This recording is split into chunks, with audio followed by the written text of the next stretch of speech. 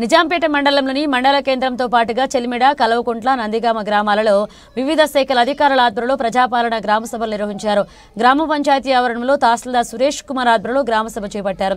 ఈ గ్రామ సభలో రైతు భరోసా కింద వ్యవసాయ యోగ్యం లేని భూములు 70 ఎకరాలు ఉన్నాయని అట్టి వారి పేర్లు చదివి వినిపించారు. అలాగే ఇందిరమ్మ ఇండ్లకు లిస్టులో పేరు రాలేదని గ్రామస్తులు ఆందోళన చెందడంతో మళ్లీ దరఖాస్తు చేసుకోవాలని అధికారులు గ్రామస్తులకు సూచించారు. ఈ కార్యక్రమంలో ఏఈఓ రమ్య, కార్యదర్శులు నరసింహులు, ప్రశాంత్ గౌడ్, నాగలక్ష్మి, మమత, రాము, గీతాంజలి, పంజా, మహేందర్, మారుతి తదితరులు పాల్గొన్నారు.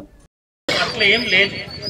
ప్రతిరోజు మీ మధ్యలో ఉంటాం, మీతో దరఖాస్తు తీసుకుంటాం, మీకు పని చేసి పెడతాం. చిన్న చెప్తున్నాం. అప్డేట్ ఉంటే మీరే మీ నోటీస్కి ఏదైనా ఉంటే మాకు చెప్పండి, మేము ముందు చేస్తాం. ఎంపీడీఓ గారు కానీ, అగ్రికల్చర్ ఏఓ గారు కానీ, నేను కానీ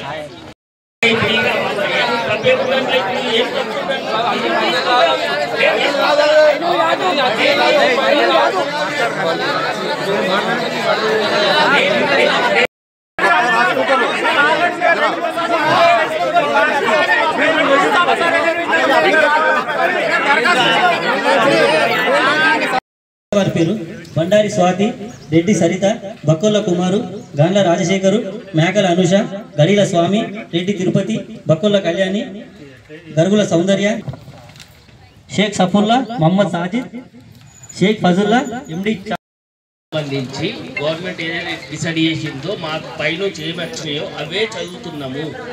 దాంట్లో మీ తరఫు నుంచి ఏమైనా ఉంటే పేపర్ మీద ఇవ్వండి, తీసుకొని అప్డేట్ చేసే బాధ్యత మాది. మేమైతే మీ మధ్యలోనే ఉంటాము. డిస్ట్రిక్ట్ ఆఫీసర్లు అయితే ఎవరు రాలే కదా, మేమే వచ్చినా మేము మీ మధ్యలో ఉంటాం. మీరిచ్చే నమస్తే. ఈరోజు మన నిజాంపేట గ్రామంలో గ్రామసభ నిర్వహించడం జరిగింది. 4 రకాల స్కీమ్లకు సంబంధించి జనాలకు, గ్రామ పెద్దలకు చెప్పడం జరిగింది. దరఖాస్తులు అంటే రిమైనింగ్, అంటే ఇప్పుడు వచ్చిన డేటా కాకుండా రిమైనింగ్ వాళ్ళు ఎవరున్నా ఏ రకమైన దరఖాస్తులనే తీసుకోవడం జరుగుతుంది. అదే గ్రామ ప్రజలకు చెప్పడం జరిగింది. మేము అందరం ఇక్కడే ఇప్పుడు జీపీలో ఉన్నాము. మేము ఇంకా 1-2 గంటలు ఉంటాము, దరఖాస్తులు తీసుకుంటాము.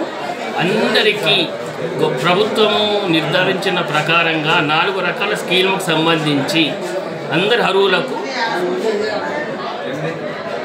వాళ్ళకి సంబంధించినది వాళ్ళకి ఇవ్వడం జరుగుతుంది.